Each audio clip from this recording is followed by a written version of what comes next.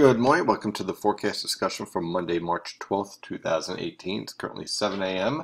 and we have high pressure starting to exit the region. And just in the past hour, we've started to see winds starting to develop out of the northeast around 5 to 15 miles per hour. Those winds will back towards the northeast around 10 to 20 miles per hour by the time we get to this afternoon and evening, as a storm develops well east of the region, producing windy conditions and a threat for some snow showers over much of the region, a little bit steadier snow as you head towards Long Island and Connecticut, where this storm track will be closer.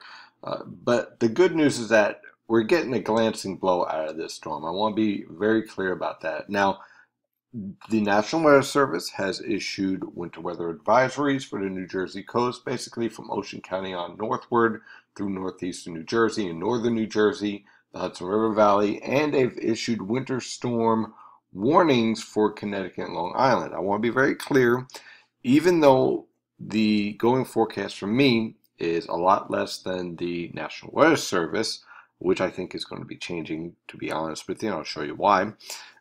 The impacts are going to primarily be the same. If you're driving tomorrow with this storm tomorrow morning, prepare for slick road conditions and windy conditions for the Philadelphia and New York City Metro morning rush hour.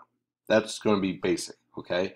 For Long Island and Connecticut, watch out for snow-covered roadways, especially as you move east. The further east you are, the worse the impacts will be for this storm. So those are the overall impacts. Tomorrow morning's rush hour, slick roadways over the New York City Metro and the Philadelphia Metro as you head out towards Long Island and Connecticut, especially eastern locations of those two areas.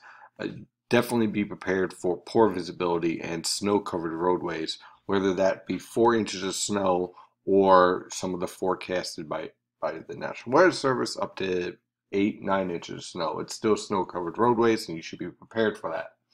So let's dive into this forecast. So currently we have our area low pressure that is developing here in the Tennessee River Valley and here off the southeast coast. Now this low pressure system will become the primary low pressure system. Meanwhile, we have another short wave that is diving through the Great Lakes here. So when we take a look at the radar, you can see the whole storm starting to form here over the southeast. Now notice there's a bit of a, let's say, northeast to southwest tilt.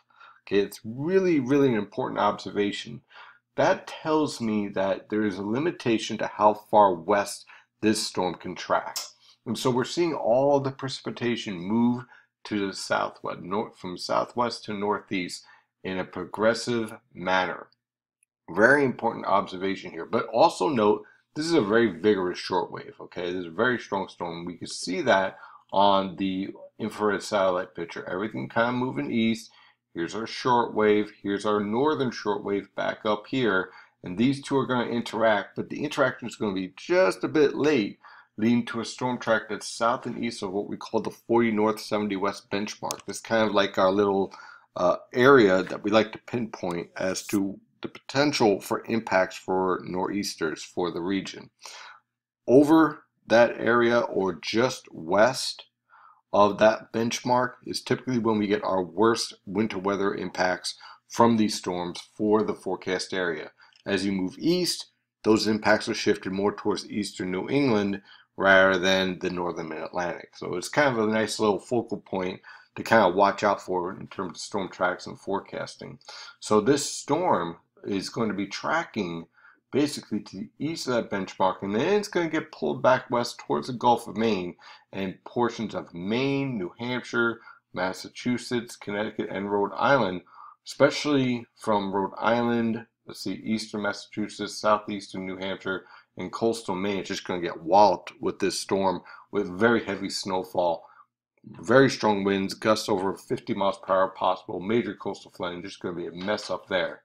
Well, what am I expecting around here? Well, for the Philadelphia Metro, not too much of an impact here. A few snow showers, not really a big deal. You won't really even notice the storm. It will be windy though, so definitely be prepared for that. Could cause some power outage issues. Along the New Jersey coast, New York City Metro, and the Hudson River Valley, looking for a coating to an inch. Some locations in the Hudson River Valley may get some mesoscale banding up here. So that could push it to 2 inches, but I think that's going to be pretty isolated because you're going to have such strong lifting to the east. It's going to be a lot of sinking air around here. There's a sliver of 1 to 3 inches over western Long Island and western Connecticut, right along that border there between New York and Connecticut. That's why I'm looking at 1 to 3 inches of snow. Again, the further east you are, the more likely you're towards that inch. And then for Connecticut and Long Island, looking at 3 to 6 inches of snow. A few isolated locations right on the east end of Long Island and eastern Connecticut could get into some strong mesoscale banding that could push snowfall totals in a few locations over 6 inches. But I think this is going to be a pretty reasonable and uniform snowfall that you're going to see in that 3 to 6 inch range, with just a few isolated locations pushing above that.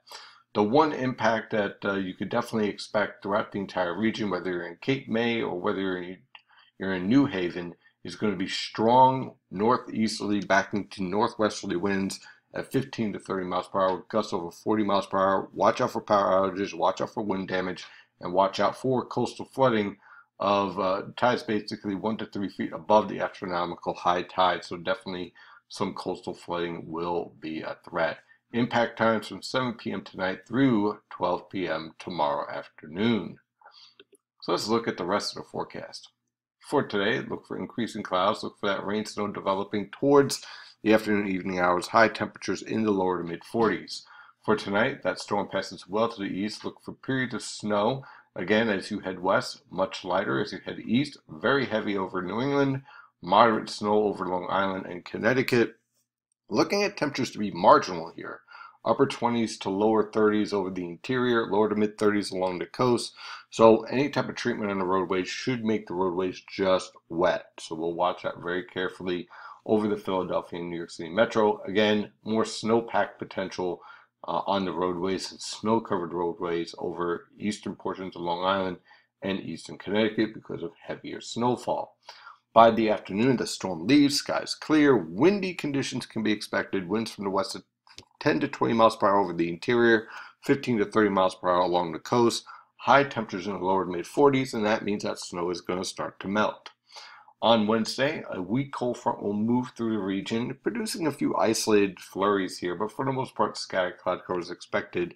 Winds will be from the west around 10 to 20 miles per hour, with gusts up to 30 miles per hour. Temperatures will range from the upper 20s for lows and upper 30s to lower 40s for highs. On Thursday, high pressure generally in control. We'll have these little weak short waves moving through, producing an isolated shower here or there, but for the most part, scattered cloud cover is expected. Lows in the upper 20s, highs in the mid 40s. On Friday, high pressure in control with scattered cloud cover. Chilly, lows in the upper 20s, highs in the upper 30s to lower 40s. On Saturday, high pressure in control with clear skies. Lows in the mid 20s, highs in the mid 40s. On Sunday, high pressure starts to leave. Warm front approaches with increasing clouds. Look for lows in the upper 20s and highs in the upper 40s to lower 50s along the coast and mid to possibly upper 50s in the Delaware River Valley. And on Monday, that warm front approaches the region with periods of showers expected. Look for a bit of a raw day, but much warmer than what we've been experiencing. Look for upper 20s for lows. Those are going to be early morning lows. High temperatures in the mid to upper 50s throughout much of the region. Long Island, you might be more in the upper 40s to lower 50s due to more of an influence from the Atlantic. That is your forecast discussion for today. I'm your meteorologist, Stephen DiMartino, and as always, stay safe out there.